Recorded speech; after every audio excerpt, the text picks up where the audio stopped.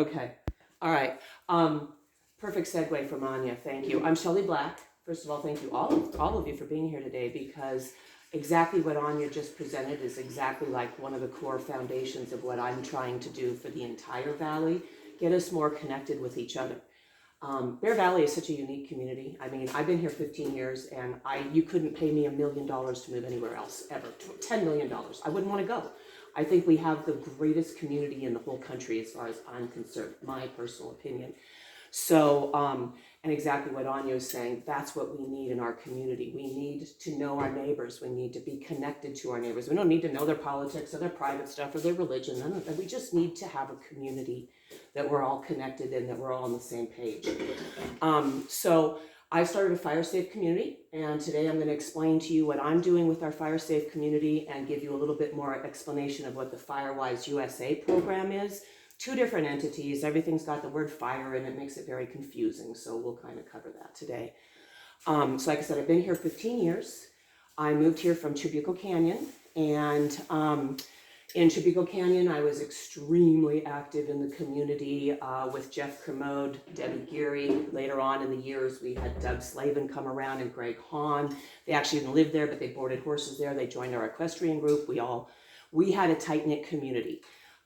We had about 100 homes there in Trabuco Canyon, have about 100 homes with about 300 horses. And it's a little canyon like this that goes a half a mile deep and then dead ends. The one road coming out is a 2-lane road that at narrow points is 14 feet wide, and that's if somebody didn't park there. So I come from that neighborhood, and my experiences down there, I also lived out in Holy Jim Canyon, in Trabuco Canyon, in Cleveland National Forest. I lived off-grid for years in the 80s when there was no cell phones, we had no running water, off-grid. I was a volunteer firefighter for 20 years, a little bit over, for the Holy Jim Fire Department, and we were a full-fledged fire department. We had 46 cabins, completely off-grid, completely isolated from the rest of the world. Our only contact was one-way radio to the fire station out in town, and we had 46 cabins, and we had water running a little bit of the year, so we had 7 different 5,000-gallon water tanks up on the hills. And we had a 1932 tanker truck named Gertrude. She could carry water and she could draft water. So we could draft from the creek in the winter and fill our water tanks to be prepared for the fires. And we had a 1972 quick attack truck that could get the water from those, because no fire hydrants when you're off grid. So I was a volunteer firefighter out there for 20 years. This past year, half those cabins burned to the ground, and in 2018, the other half burned to the ground. There's now 7 cabins left out of 46 cabins. And one of those cabins I built in the 80s, and the other one I raised my children in the 90s, and they're gone. While I was doing all that and living in Trabuco Canyon, I was also part of Mounted Assistance Unit, which is search and rescue off-terrain, all-terrain rescue for humans and horses, and did that for 10 years. Certified through the county with Jeff Kermode, Debbie Geary, Doug Slavin. We had a whole group of people that we all followed Jeff Kermode when he moved up here. And that explains it. Yeah, we all followed him. We voted in ETI. He's like, my parents want me to move to Tehachapi and start a police department. We're like, no, don't go. And then he showed us that where Bear Valley was. We went, oh, okay, let's all go. So in Trabuco Canyon, in our little canyon, we knew that fire was going to be coming, and we knew it was going to be really bad. And with this little road coming out, with 300 horses coming out of this half a mile long road, if everybody loaded their rigs up, we were all going to die, period. It was a fact. So a group of us, which was led by Jeff Kermode, Debbie Geary, and another Debbie and Jeff, who are still down there. I was an active member, not one of those leaders. We started a community evacuation plan, and we spent 4 years going door to door, handing out things and having fire drills at our fire station. We had a fire station that could ring the siren. So we'd go tell everybody, 2 o'clock on Saturday, there's a meeting. You're going to hear the siren at 1:45. And we all did our meetings. We made sure that every single human being in that canyon, from the 3-year-olds to the 90-year-olds, understood what our evacuation was going to look like and what their position and role was to do in it. We had it to where everybody could do it in their sleep. And I tell everybody, if you don't know how to do it in your sleep, fires come in the night, you better know how to do it when you're not quite awake. So we spent 4 years doing that, and then in 2007, Malibu went on fire, San Diego went on fire. It was just like this last January, and then Orange County went on fire third. When we caught on fire, because they already had Malibu and San Diego going, we went 10 full days with zero air support, nada. And even ground support, it was already in LA and San Diego. They'd all been dispersed. And that can happen here. If there are fires everywhere, we're going to have less. We have better air support in Kern County. I'll tell you that right now. We have better air support here than we do in Orange County. Go Kern. But if there's fires everywhere, air support's already deployed. And if there's 70-mile-an-hour winds, they're not coming up anyway. So we burned for 10 days with no air support. It burned 27,000 acres and 14 homes before we got air support. My canyon was evacuated for 11 days. I stayed for an extra 6 days, I think, because I had a fire protectant for my home. So I stayed. When I could see the fire on the hill, I protected my home. I left. But during those whole time, in the first 24 hours that we evacuated, we were all on not a CB radio. We had, not a CB, we were on a walkie-talkie. We were on walkie-talkies because we didn't have any kind of reception in our canyon. So we were on walkie-talkies.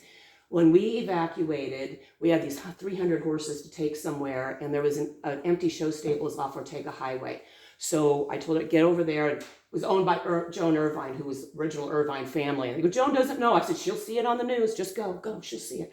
And so we ended up having 700 horses dropped off in a 24-hour period from semi-trucks and no owners. We had like 30 of us from Trabuco and 700 horses. Semis just kept coming in and giving them to us. And we were like, and so for 11 days, we had 700 horses. There were no water buckets. There was no food. There was no anything. It was 10 by 10 concrete stalls.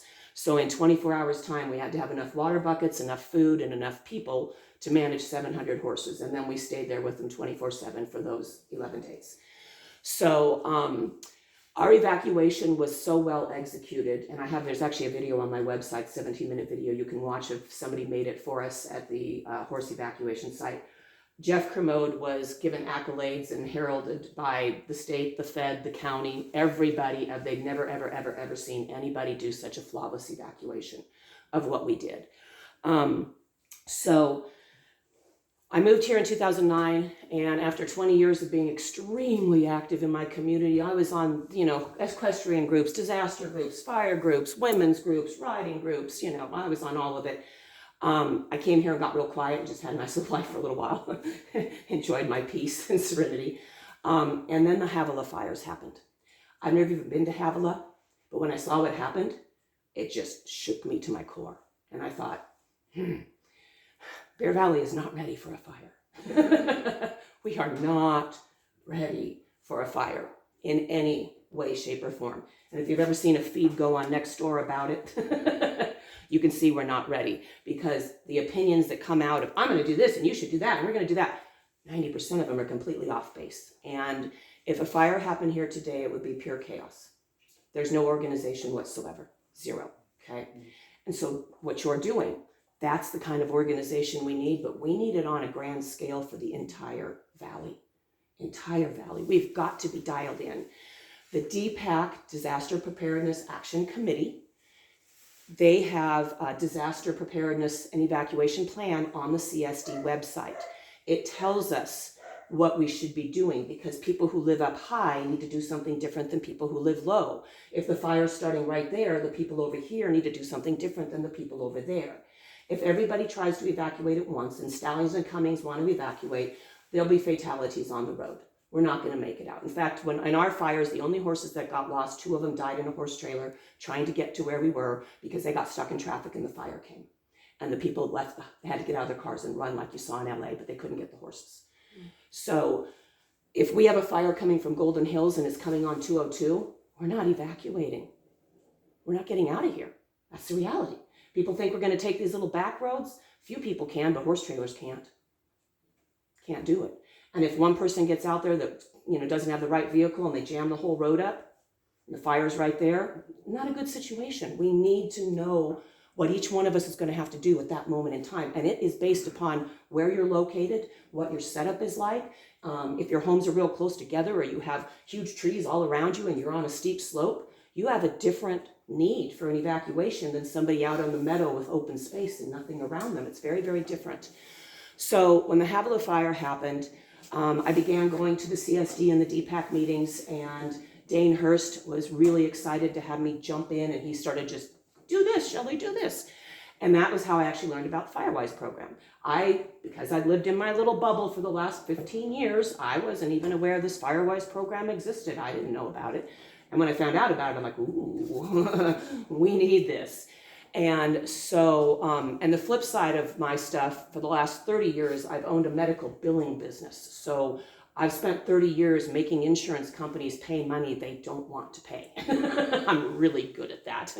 I'll take them to court. I know. And so 30 years in the insurance industry, I get all the commissioner newsletters. I'm up on what's going on deep in the industry, and I know how to work the industry. So it all came into place, and I thought, I've got to do something. And so I could just do the 8 homes on my street, as Jerry said. The FireWise program itself, you have to have a minimum of 8 homes adjoined, and you have to be able to draw a map around them. They can't be one over there and one over there. There has to be a map. And once you have 8 homes, then you have to go through the certification process with FireWise USA, and if you get approved, you become certified. The requirements for FireWise for an individual homeowner are minimal. We all qualify. Everybody sitting here right now qualifies. I don't even know what your house looks like. I don't know what kind of maintenance you do or don't do. You qualify. So the way they've designed the FireWise program, it's a national program run by the National Fire Protection Agency, NFPA. They've been around since 1886, and they govern everything fire in the whole country. If you have a hospital and you have engineers that keep it all, they govern everything. It's all the codes, everything. They created this over 20 years ago, this FireWise program, with the incentive to try to get neighbors to come together. Because if we all have a different opinion of how we're going to handle it, it's not going to go well for any of us. So that's the premise of their program. It's now administered by CAL FIRE in California, and then it's administered by kernfiresafe.org, which is what Wendy Ward did the speaking for it. If anyone hasn't seen her presentation from the DPAC meeting, I recommend you go to the CSD website and go watch it. It's about 42 minutes, it's a long presentation, but she gives you a lot of information about the FireWise program itself and what it means to be a leader for it. So within the FireWise, you've got to have the 8 homes, but you have to have somebody who's going to be the leader for those 8 homes that brings you all together, walks around and tells you how to do the mitigation, and then each homeowner has to let the leader know of all the criteria. Do they have closed eaves? Do they have plants within 5 feet? Do they have trees within 5 feet? Do they have wood siding versus concrete siding? Do they have double pane windows? You get all that information from each one of the 8 homes, and then the leader compiles all that together and does a community assessment. 85% of the homes meet this criteria, 30% meet this criteria, and they have to do a 3-year action plan. Here's what we expect we'll do in year 1, year 2, and year 3. So as an individual homeowner to get into the FireWise thing, piece of cake. As a leader, it's a little bit more stuff going on, and you've got to know what you're doing, and you've got to do mapping, and you have to put together this observation. It's called a fire mitigation observation assessment of the community. So it can be 8 homes. It could be up to 2,500 homes. I don't think anybody in the country's even done 100 homes, to be honest, and I know nobody in California has. It's been in California for 20 years, and there's currently 700 neighborhoods in all of California in 20 years, and those could have just 8 homes in them. That's nothing. So as I was evaluating the FireWise program, I thought, okay, I could just do the 8 homes on my street. But if you go watch the news stuff on anybody from Altadena or Palisades, if they have the one house left standing, it's not that much fun. It's not habitable right now. And no insurance covers the damage they have. They have smoke and ash damage that's toxic and needs hazmat cleanup. That's not covered by fire insurance. They didn't burn. They have to pay for it all themselves, including outside. So everything's toxic. You can't live there. Your neighborhood's gone. Your community's gone. Their schools are gone. Their churches are gone. I thought, if I do the 8 homes on my street and that's all that's left, it won't be Bear Valley that I love. That's not what I moved here for. So I spent a lot of time going to the CSD, and I wrote a 3-year proposal of doing all 3,700 homes in Bear Valley as a FireWise community. I was going to do 35 different communities with approximately 100 homes in them each. which actually falls in line with what's called the Genesis mapping, which is what the fire authorities use for their fire maps. And so I was going to create a neighborhood for each of the, they have 35 fire maps, and I was going to be somewhere between 35 to 37 neighborhoods. So I worked with Wendy Ward for the whole 6 months. I'm working with Chief Andy Kinnison. He's our Wildland Division Chief for all of Kern County. I'm working with Captain Arnold. He is the FireWise captain for 7 counties. He's down in Riverside. And so our previous general manager and finance administrator said, let's get you a grant. Let's do this. Let's do this. So I wrote the 3-year proposal for the grant. I submitted it to them with budget, everything, with action plan for 3 years for all 3,700 homes and the budget. And Perla Fitkin was our finance administrator, and she was applying for a grant for me to do this. And then December came and they both walked out. And we lost Wes and we lost Perla, and I lost my grant, left with them. So now, to be realistic, grants take a year to find out if you're approved or not, and 9 months to fund. We don't have that much time. We literally do not have a year and 9 months. We don't have it, period. So then the CSD and Wendy Ward, FireWise, told me, just go home and do the 8 homes on your street. It's not my dream. That's not my vision. So I sat around for a minute going, what do I do? What do I do? And then the LA fires happened. And I want to do something. I cannot sit here and do nothing. So that was what made me start my Fire Safe community. Okay. Now, within my Fire Safe community, oh, that's my phone. Just ignore it. I should have turned it down. Within my Fire Safe community, oh, good, and I'm still filming. FireWise itself, as I said, you guys already all qualify. As a homeowner, to qualify for FireWise, you have to do one 1-hour meeting a year. So today you're going to qualify for your 1-hour meeting right here. You're qualified. And you have to do 1 hour a year of clearance and mitigation. I think we have no problem with 1 hour a year clearance and mitigation, right? So that's all you have to do as a homeowner to be in it. But you have to get the 8 homes, and you have to have the leader, and you have to have the leader do the other stuff. FireWise itself is such a minimal foundational thing. When Wendy does her presentations, and if you watch the one at DPAC, she literally tells everybody, what's your action plan for next year? Your action plan is hope to do about 10% better than you did this year. That's it. Just hope to do 10% better. And then you write that in, because every year you have to get recertified through the portal. So you want your 10%, and then you're good.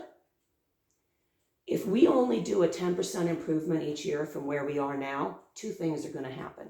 We're going to become uninsurable, even with FireWise, and we're going to burn to the ground if a fire comes, period. 10% improvement on our current mitigation in this valley is not sufficient for what we need. It's sufficient for FireWise. It's not sufficient for us as homeowners. It's just not. So within my Fire Safe community, what I'm doing is we've had, I think, 5 community meetings so far that range 1.5 hours to 2 hours. We just had our first Zoom meeting for 1 hour, lots of emails. What my vision is to have everybody in the entire valley on the same footprint, on the same plan, on the same, we know what we're doing. Even with your evacuation plans. If there's a fire right there, your evacuation plan is very different than if there's a fire across the freeway and the wind's blowing this way, okay? Because you've got time if it's across the freeway and it's blowing this way. If it's right there, you have 5 minutes. So everybody should have their own evacuation plan of what happens if you have 5 minutes, what happens if you have an hour, what happens if you have a day, what happens if you have 3 days, where are you going? Should everybody in the whole valley leave? No. So many variables that we all need to be dialed in for. We need to have it dialed in as an overall community that we all know what we're doing, and we need each individual resident to know exactly how they're going to handle a fire situation. And it'll apply if we have an earthquake. And we're on one of the biggest fault lines in the entire state of California, and there will come a day that we're going to have 2 platelets crash and this valley will not exist anymore. That's going to happen in the history of our planet. We don't know when, but it's going to happen. So we could have a really catastrophic earthquake here as well. So this gets us all on the same page for all of that. Now, I'm encouraging all of the members in my Fire Safe community to do every ounce of mitigation you can possibly do right now, every bit of it. If you can't afford it, you can't afford it. I don't want anybody to break their bank. I don't want anybody to stress out. If you have a tree that you know that it should be removed, but you love it and you're not going to remove, that's your choice. Like, nobody has to do anything. And same with Firewise itself. People are like, I'm not cutting that tree down. You don't have to do anything for Firewise. They give you guideline recommendations, and the more recommendations you can meet, the better position you're going to be in for a fire and insurance. As Jerry mentioned, we're currently on a moratorium of cancellations for insurance. That happened because of the Burrell Fire, Havilah. It expires in July. After July, it is a free-for-all for cancellations. So we already know a lot of people that have been canceled. There's going to be a lot more in the second half of this year, a lot more, 10 times more. On top of that, even though our insurance rates are really, really high right now, there's actually a California cap on each carrier of how high they can go. In August, they're taking those caps away so they can go as high as they need to, as they need to. So if they decide it's going to cost $15,000 a year per house here, California is not going to say, we won't let you do that. They're going to say, okay, 15 grand a year, whatever, 20 grand, whatever you need, because the insurance industry is collapsing. It's a for-profit private industry. It's not ran by the government. They're all there for profit, and they're not making profit. Some of them are still, but after they tally up the LA fires, those LA fires are going to impact us for the rest of our lives, and they're going to impact the entire country, and we have a whole new way of living because of those LA fires, and we have to wake up to that. So the second half of this year, insurance is going to be an absolute nightmare. I could spend hours telling you what's going on behind the scenes in the insurance industry, but I can tell you a couple of things that are important. A lot of major carriers are going to leave the state. The other carriers are going to be picking up the slack, and they won't have competition, and there's no caps. So they're going to charge what they want. That's all we're going to have. Yes or no, that's it. That's it. Banks are also going to leave the area. The federal trade, what is that, Powell guy, federal trade guy, Powell? Jerome Powell, thank you. He just announced a few weeks ago, he went to the Senate. He went in front of the Senate and said, within the next 10 or so years, there's going to be entire swaths of the country that no longer have insurance or mortgages. It's going to happen. He didn't say maybe. He didn't say let's try to stop it. He said it's going to happen, and he went before the Senate to let them know that. The Federal Reserve has never, ever, ever had a conversation like that with the Senate, ever. And he's like, wake up. All these homes are going to be uninsurable and unmortgageable. Our values go to nothing when you're uninsurable and unmortgageable. And if half this community is foreclosed homes, we're not getting taxes, they're not doing fire mitigation, they're not sellable, we have a tsunami nightmare coming our way. No matter whether you put your head in the sand and don't want to see it, it's coming. And it's going to be bad. It's going to be really, really, really bad. And I am not a doom and gloom person. I live in high vibrations. I am all about my daily spiritual connection, staying away from negative anything. But I'm also realistic, and I also know what's happening, and I think people need to be aware of it. So within the Firewise program, when you get 8 homes certified, you have an automatic mandated discount for your insurance, and it was put in by our state commissioner, Laura, October 1st, 2024. It's a mandate. Right now, the only carrier that is 100% up to date with the mandate is the Cal Fair plan. Good part of that is they're the most expensive ones, so at least they're the ones actually giving you the discounts right now. They're all supposed to be giving us discounts right now, but they aren't all giving us discounts right now, and there's a million factors why they're not. One of them is, if they ask for a pay increase from Commissioner Laura, they can't make any changes in their plan until he approves their pay increase. Right now, Commissioner Laura is 18 to 24 months behind of approving every carrier's requested increase. And you've been seeing in the news the last week, State Farm is asking for a 22% increase, and Laura said, no, not giving it to you. Well, now they're back at the table, because the reality is Cal Fair plan, they're $1 billion upside down from the LA fires. And so the only way the Cal Fair plan can stay solvent is if the private carriers come in and pay it for them. So Cal Fair is saying, State Farm, give us some money, give us $500 million. And State Farm says, I'm not giving them $500 million unless you give us a 22% policy increase. And the insurance commissioner's like, no and no. Okay, I wouldn't want his job. I'm not gonna say he does good or bad. $20 million a year, I wouldn't take the insurance commissioner's job. No, there are no happy answers. There's no good solutions. There isn't. There's too many variables up in the air. So If State Farm gets the 22% increase approved, then everybody else is going to go, we've been waiting 24 months for our increase and you just jumped right past us. So they're all going to get there. But in August, he's going to take them all away anyway. So in August, they're all going to get what they want. As far as we know, that's still gray too. Everything is gray. Like, we don't even know which carriers are going to leave the state and which aren't. But if CalFair wants State Farm to pay half of the $1 billion they're upside down, and California does not allow them to go up 22%, they will leave the state. They'll leave. And they currently carry 25% of our market of the insurance payouts in California. So all of that is up in the air, and all of it's going to start happening in July and August. And as Jerry mentioned, his insurance doesn't renew till May. So he won't get terminated until May. Okay? So whatever month your insurance renews after July, you can very well be on the chopping block, and they don't have to give you a reason. They can just do it because you're in the zip code. The swaths of the country that are going to be uninsurable, we are right now predestined to be one of those. 93561 zip code has been uninsurable for 2 years. All the big carriers have been saying no for 2 years. Right now I'm with Travelers. If I were to sell my house and buy another one, Travelers will not insure me. I'm out. I'm on CalFair. That's it. Done. So if they cancel me when I get renewed, I'm stuck with CalFair. I'm paying just under $3,000 a year. With CalFair, I'm going to pay about $8,000 to $9,000 a year. So we don't know what's coming. We just know we need to protect ourselves. Now, as I said, the FireWise program itself says, just talk about the 5 feet clearance you're going to do. No, that's not enough for your insurance. It's enough to get you into FireWise. But when that drone flies over your house and sees you haven't done stuff that they'd like you to do, you're still going to get canceled, okay? So that's why with my group, I am trying to educate everybody. Do everything you can within your means. And we're helping everybody get ideas. Okay, I got off track on that. So, and I will take questions after this, and thank you for not asking them yet, because I get distracted and there's 7,000 things in here I could share with you, so you don't want me to run into too many rabbit holes.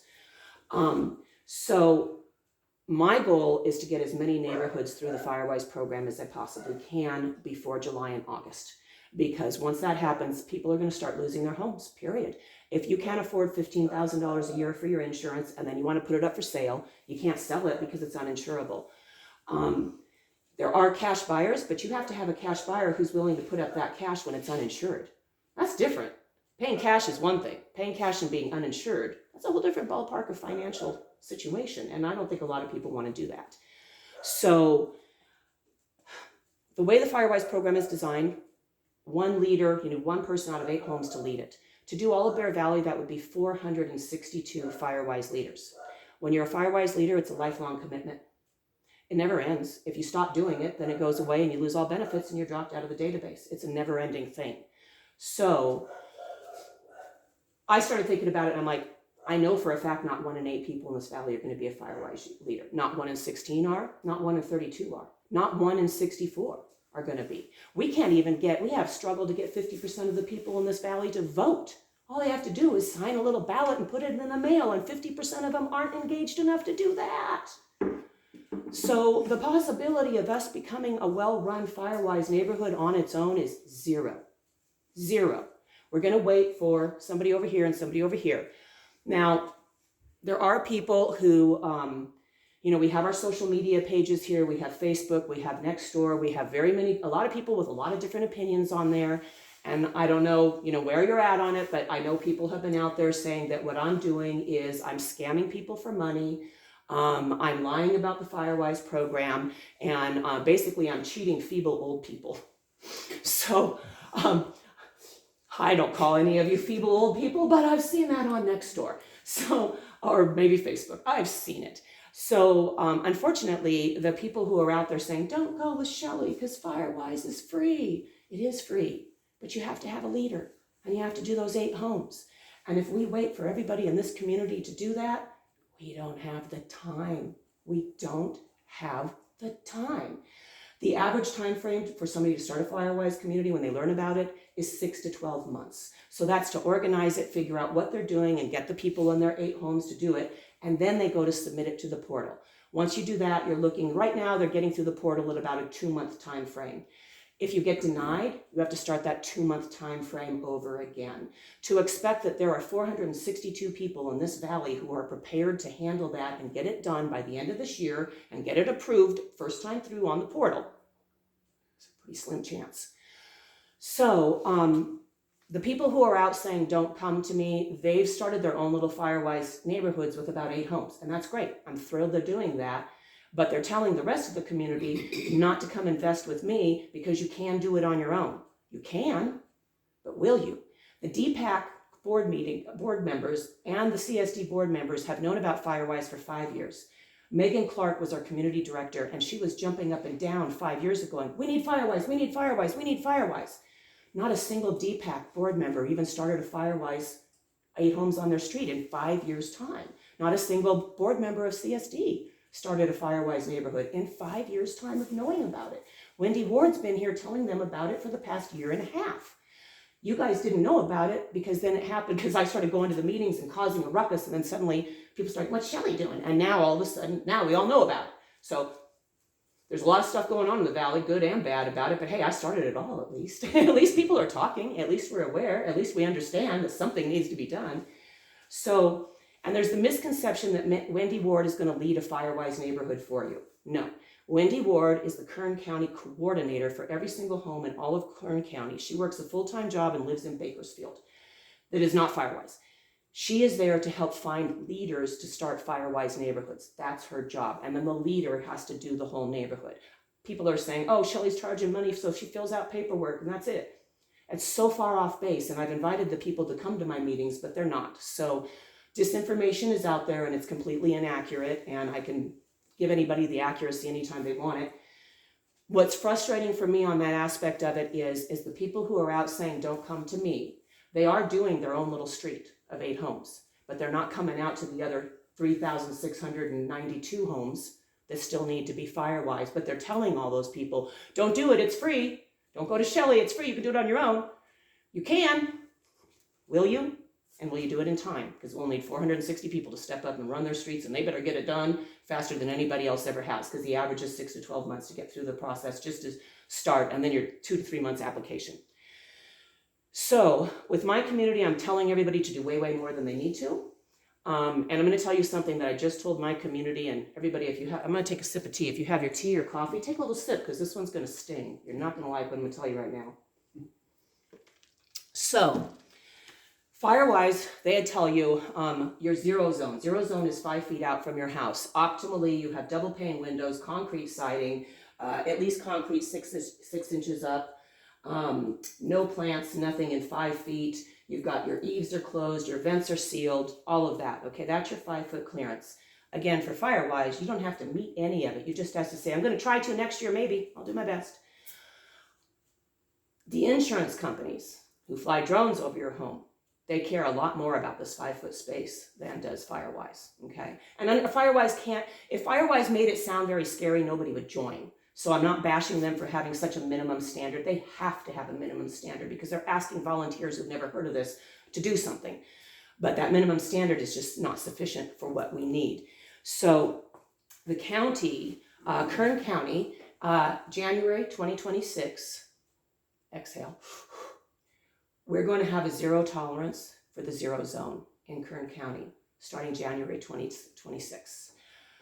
That means if you have any shrubs or trees within 5 feet, they have to be removed. If you have a wooden fence that's touching your house, you got a dog house, you got a wood pile, you got a kid's house, you got a tough shed, 5 feet, zero.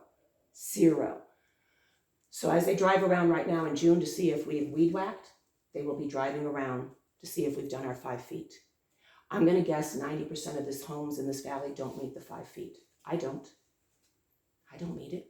I have 2 trees right up against my house that I love more than anything. They keep me shaded in the summer. I have finches who live in them. I watch the little babies grow there. They make me happy. They're going to be against the law in January, and I'm going to have to remove them, and I'm going to cry for months, probably years. The 5-foot zero tolerance has happened because of the LA fires. The LA fires have changed everything because what you witnessed is how fast it went from one thing to the other. It's that 5-foot range. That 5-foot range will take you. You could have this wonderful clearance in one pine tree right here. That's it. So within our community, we currently have about 85 homes. We're covering about 30 streets in Bear Valley. We've got, it's hard to see, we've got 85 homes covering about 30 some streets. I've started 17 Firewise neighborhoods. I have 3 of them that we're ready to go through the portal right now. My first one, I've submitted it to Captain Arnold down in Riverside. So each little pink dot is one of our members right now. So we're trying to map it out and get the whole valley. So I'm waiting for Captain Arnold in Riverside to say yay or nay to what I have done, because if you get denied, it takes 2 months to find out you've been denied. So he was just on vacation for a week, just got back, so he's going to evaluate it. Once he approves my first neighborhood and I know the exact criteria that will get me through the portal, I have 2 other neighborhoods that are going to go like within the week. So I'll have 3 neighborhoods, a leader. But again, Firewise is so minimal that it's not going to save us all the way. And so I'm going for the bigger thing. We are doing, Firewise requires one hour meeting a year. I'm doing about 1 to 2 meetings a month, and I will do them indefinitely for the rest of our lives, because there's always more we can be learning and connecting. I'm doing them at the church outside the gate, which is open to the public. I'm doing them on Zoom. We have an upcoming meeting right now. Greg Chick is going to do a DIY meeting for us. Greg actually was the first DIY person in the whole country. He had like 40 million followers on YouTube with DIY with plumbing. Yes. So dang cool, so cool. He has home hardening tips that are, they're worth the $100 membership for the doggone tips he's going to share with our groups, because like I have fences coming right up to my house and I would have to get like 5 gates, and that's expensive. Plus the posts, pay people to put them in. Oh, no. He's going to show me how to cover that wood right up with steel for like $100. Boom, done. So we have Debbie and Jeff Promote are going to come speak and tell us about their disaster preparedness evacuation they do for the animals. We have Kim Bittner from the Garden Club is going to come speak and tell us all about a fireproof landscaping. So I'm developing on the website a page for local connections. I want to develop a local network of who's weed whacking that understands our fire clearance, who's got bulldozers, who you want to have put your double pane windows in. We're educating people about fire retardant paint. So we're having all this with 150 different human beings already in the membership. We have all these discussions and roundtables going on for more ideas and more precision. We haven't even got to the evacuation part yet. We need to get through Firewise right now. We just need to get certified through Firewise, and then we will be delving into really getting our evacuation down pat. With the insurance, as I said, I know how to make an insurance company pay a claim. Believe me, auto accidents, everything. I've been in court. Work comp, I've made them pay. So denied auto cases, denied work comp, denied private health claims, I get them paid. So right now, you can call your insurance and they're, no, we're not going to give you any discounts. That's not going to help you. They're lying. They're lying. They're not telling you the truth. Anya's did not tell her the clear truth. And I know what the truth is, and I will help each and every one of my members get 100% of the discounts they deserve, and that will be different for each and every member. And I will make sure that they're walked through getting all those discounts and keeping them informed when the discounts are available and versus not available.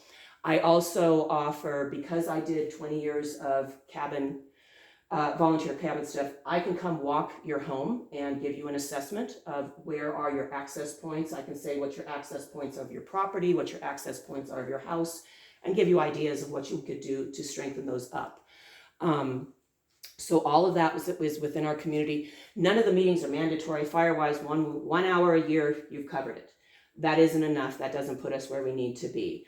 I even want to have like the community aspect. When the weather gets good, we'll just have big old parties at the lake and everybody can bring a potluck and let's have fun and get to know our neighbors so that we are ready when the evacuation comes. When we evacuated in Trabuco Canyon, if we hadn't had the way, I mean, we literally had drills of 5-year-old children pulling wagons full of chickens, because we had a lot of animals in there and we had to walk them out. So, and I had 13 animals, 2 businesses, and 2 kids. I had it, we knew who was getting bungee cord, what was bungeeing on this thing, and what this horse is going to carry. And, we had to do that. And we have to have that here. We cannot just all think we're going to hop on that road and evacuate when a fire comes. That's going to be the biggest catastrophe that none of us want to see, period.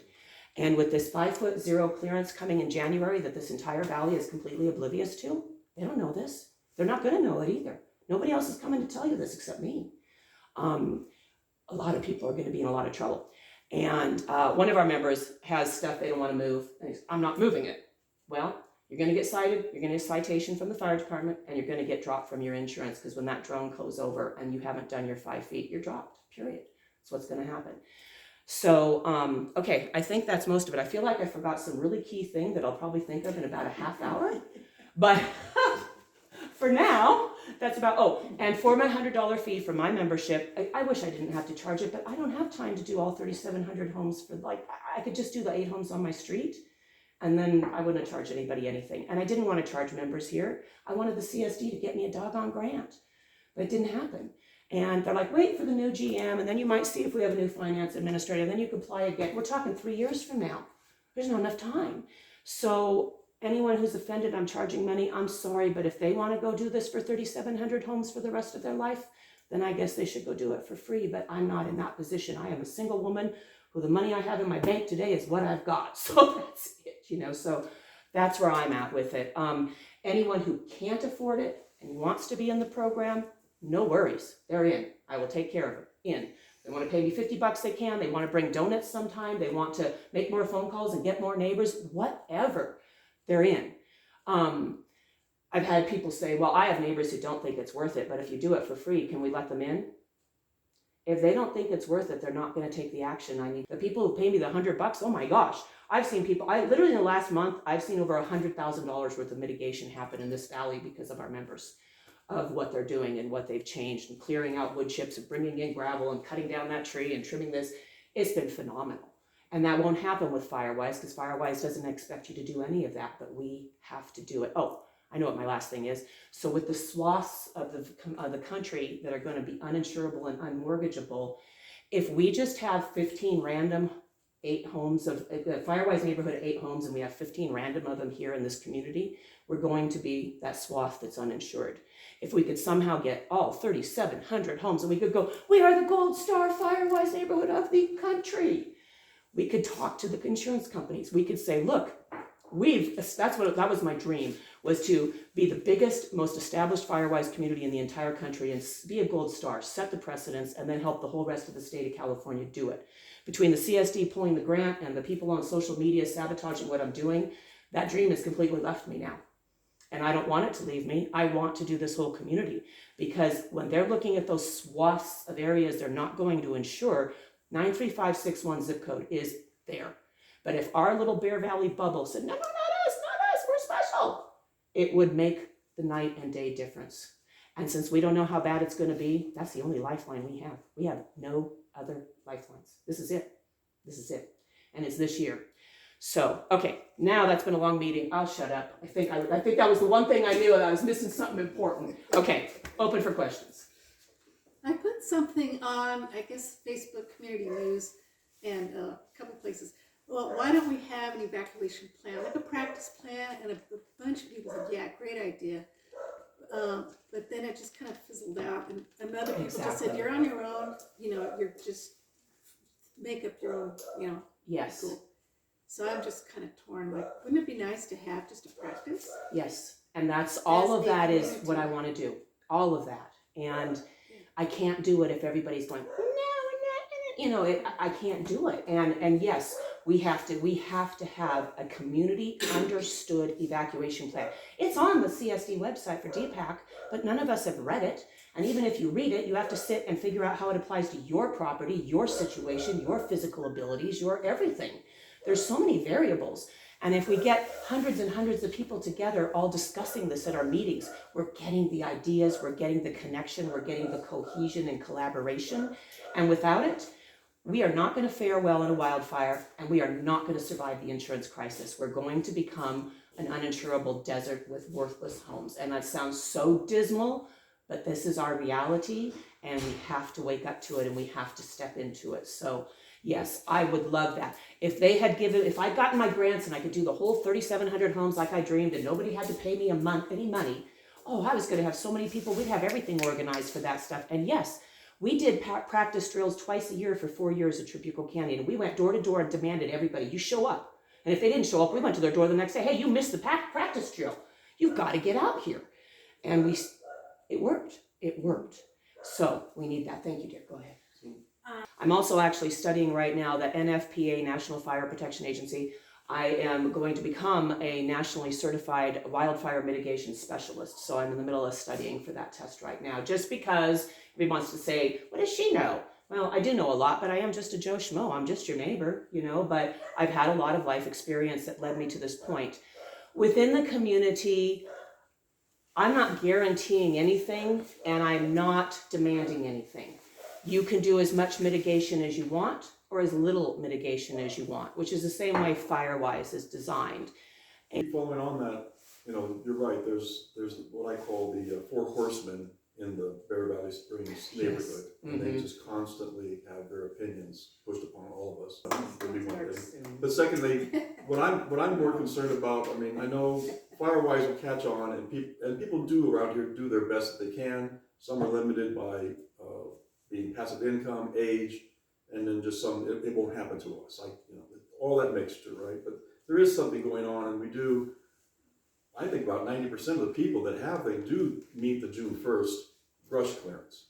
That's a step, it's a major step, but small in the scope of fires. Yes. So the point I'm getting at is, how can we get these drills done, these practice drills done, 1 day a year, 2 days a year, whatever, so that maybe not the whole community does it, but just a section.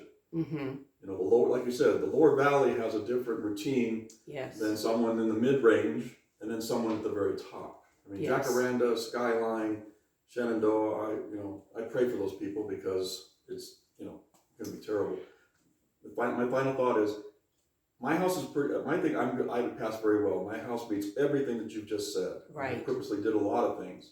What I'm worried about is, one way out, my family, my dogs could die in a firestorm trying to get the hell out of here. Yes. Because people don't know what to do. Yes. And I know there's a lot of arrogant people that would just bowl over. Yes. They would make the roads treacherous for all of us. And that's why I really wanted the CSD backing on this, and I had it with Wes, but I don't have it anymore. I don't know, maybe the new GM will back me. Dane Hurst backs me, but he's got too many hats on right now. He can only do what he can do, So, and the people that are doing the disparaging stuff are the exact same people that are trying to destroy our police department, which we could be losing in July. And they are 100% responsible for it being on the chopping block in July, and I'm not okay with that at all. But those are the same people, so they're doing the police damage, and then they're trying to do our fire safe damage. All they're doing is harming other neighbors, and people are going to sit around and listen to their diatribe and do nothing. And then when the fire comes, they're not going to be prepared. When the insurance cancels, they're not going to be prepared. My ultimate dream was to have this with the CSD, the association, everybody. And in fact, Firewise is only one of 3 they're called Safer from Wildfire programs. Firewise is one of 3 programs. I want everybody to qualify for all 3 programs, not just Firewise. And I know what all the parameters are, and it can be done. One of them is a community thing, and it has to be with the CSD and the association. Those 2 are so busy fighting with each other and fighting amongst themselves, we can't get their support. We can't get their support, and it's like we could have a whole nother level of coverage and mitigation if we did. So, well, what can I'm interrupting, but what can the Bear Valley Springs Association do? We have access to a board member that could help. They've told me nothing. They've said, we love what you're doing. Good job. Go do it alone. Just like Anya. When people told her, you go do it yourself. You go do it yourself.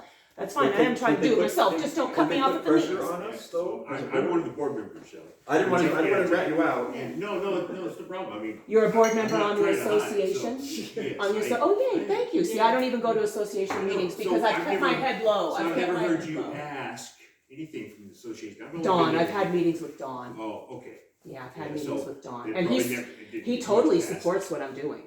Yeah. Dawn is on my side. I know the association wants the CSD to all get together and figure this out, and we feel the urgency, but at the same time,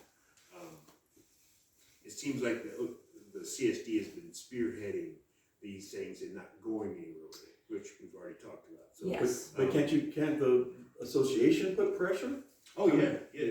But the whole valley can put pressure on the CSD because it hasn't really helped a whole lot because they don't have a leader, and like she says, they have a lot of in-fighting going on still. I think it's gotten a little better, but Well, can we I start? think they need to get soon as we get the GM, On the hopefully. 17th, she's coming in. yeah. And can you It's imagine surprising, but it's she's true. coming into this snowball know crashing that. on They her know- head. They know that they know I it's just have a gonna hire a question, girl. 'cause I They just- don't want to tell anybody. So you were saying that, you know, that the insurance companies are probably gonna be gone and leave and do all this stuff. So we go in and I'm all for the clearance, doing everything we can do to make our community safe from a fire. But in that same, like, so we do all that, but if we don't have a insurance, that's not gonna help our insurance, right? Really? Well, Because they're gonna it- say, oh, well, I don't know, that's what. Really you good made it sound question. like. Yeah, really good question. So insurance companies will look at an individual property on an individual basis. So if you suddenly today you want to go apply for Safeco and you give them your address, Right, they're going to pull it up and they might even try to do Google Earth or even fly a drone over. Or right. a friend of mine was just closed escrow in Golden Hills, and he was just about to close escrow with $1,800 a year insurance, and he has a shop on the property he was buying, and inside the shop the people had a wall, those walls you climb, a rock climbing wall. Mhm. And the day before he closed escrow, the insurance company sent a person out to walk the property, and they looked in the window and they saw the rock wall and they said, oh, no, no, no, no. And now he's paying $8,800 a year for the insurance that he was about to pay $1,800 for, but they did this the day before he closed escrow because the rock wall was in there. I think Yeah. that's the part that scares me is Yeah. insurance comes out to an investigator or check your property and they're like, they always find something. Yeah. You know, Yeah. and so they didn't send somebody out not to find something. Yes. And then, so that now they have documentation that this is why. Yes. And supposedly they're supposed to give you all that documentation written up, what they discovered. But Well, even without insurance, you don't want your house to burn down. So the 5 Correct. feet is a reasonable thing, and you're going to get cited after January if you don't. Yes. So Right. it's a reasonable step to take, even if you're uninsured. You hope to live there, you know, until it burns down, or it gets swallowed by an earthquake chasm that opens up in the middle of our But valley. I'm, So, yeah. I'm Well- definitely about finding a way to get out of here for a fire. Like, that's my, So we all live, pretty close to Four Island Lake, that lake down there. I'm thinking, should we just run down there? Yes. Well, that's the We have that's our safe spots, evacuation. yeah. It's not an That's our- evacuation; it's a safe place. Safe to Safe go. place. The staging area. And the problem with that is, because like, to your point, there's no organization, you're gonna have people with 4x4s and trailers, and they're going to park in every, Yes. and you're gonna go, but 7 cars could park there, but jerk 1 Yeah. went in diagonal, jerk 2 Yeah. went this way. You know, and then they brought their buggies, and they brought this. There's no organization, I mean, we should. When I started this Everybody going to the CSD and meeting with Dawn, I was gonna go to the association, but Dawn already told me there's nothing we're gonna do, so it's like, okay, I'm spinning my wheels. I think for us to count on the CSD, I think- we I have think to you- do it I think you oughta- ourselves. I think you ought to ask to speak to the board, not to just Dawn. Dawn, okay, Okay. Okay, I'd be Request- happy to. request- Yeah, I'd request. be that- happy to. We'd love to hear from yes, it. Okay. that would be And- really good. Okay. That's what important. There's 2 board members that live on this street, me, Okay. myself, and Guy. So. Oh, a guy, okay. Yeah, so I know everybody that lives in Bear Valley like you and everybody that's here, we all care about that, and we all understand that fire danger is real and that we have a very limited way to get out of this valley. If we have practice, it's just like Jerry said, it's gonna be a cluster. And that's when I was presenting to CSD for the last 7 months, I'm saying, I want to organize all of us because we're seriously not prepared for a fire. We're just not. And But have now you- that I'm having to do it piecemeal, I'm still having to restructure how we're gonna do it, and I will get there, Jerry. Okay. One of my thoughts was DPAC has it all written out. Once I get everybody, I'm just trying to get the Firewise done before we all get canceled and we're all homeless, because if we're all canceled, we all lose our homes, we won't be sitting here to talk about this anyway. So that's what I'm trying to do right now. But for the evacuation aspect, I'm actually gonna ask for the community members, let's all figure out how we're gonna organize this, because my vision was, we literally have meetings together where we study the DPAC and we all discuss it. So we're going to study X amount of pages today with this group of people, and we're all going to talk about how it impacts us and impacts there, until we've hashed out that section and we all have the same page happening. Then go on to the next section. Once we've all mastered what the DPAC has on the CSD board, then we need to physically be doing the evacuations. And at this point in time, I have no concept of how I'm going to pull that together, because I feel like I keep getting the rug pulled out from under me. I go this direction and they yank that rug, and I go that direction. It's like, I'm still standing, but darn it, it's getting smaller out here in this little island. When you talk about DPAC, are you talking about the disaster plan itself? Yes. I mean, that's, Yes, they have a whole disaster Yeah, they plan, do. and it's a well-written disaster plan. But nobody here, well, I'm saying nobody here, but 90% of the residents have never read it. And if they did read it, they didn't like say, okay, how does that impact me and Joe over there? And you know what I mean? It's like we're all our little own separate islands. And Bear Valley is the most unique community in the entire country.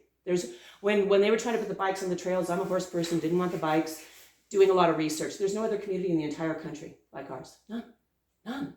And between the insurance and the fires and our infrastructure and the CSD, are we going to keep this community? Because right now we seem to be on a lot of perilous points, you know? So I think the only thing I know to do is to try to get everybody to come together and let's all work together. That's really all I can try to do. And I'm trying to do it to the best of my ability. And I'm very saddened there's people out there who don't understand what I'm doing and want to undermine it, or some of them, they just like to be out there What causing are they- problems no matter what the problem is. What So does the Bear Valley neighborhood one allowed you? Can you put little snippets? oh, they're out all there? against me. No, they will not. No, they're those are all the Facebook pages, and their contact people on Nextdoor have done a really serious campaign against what I'm doing. And I've brought it to Martine's attention and Dane's attention.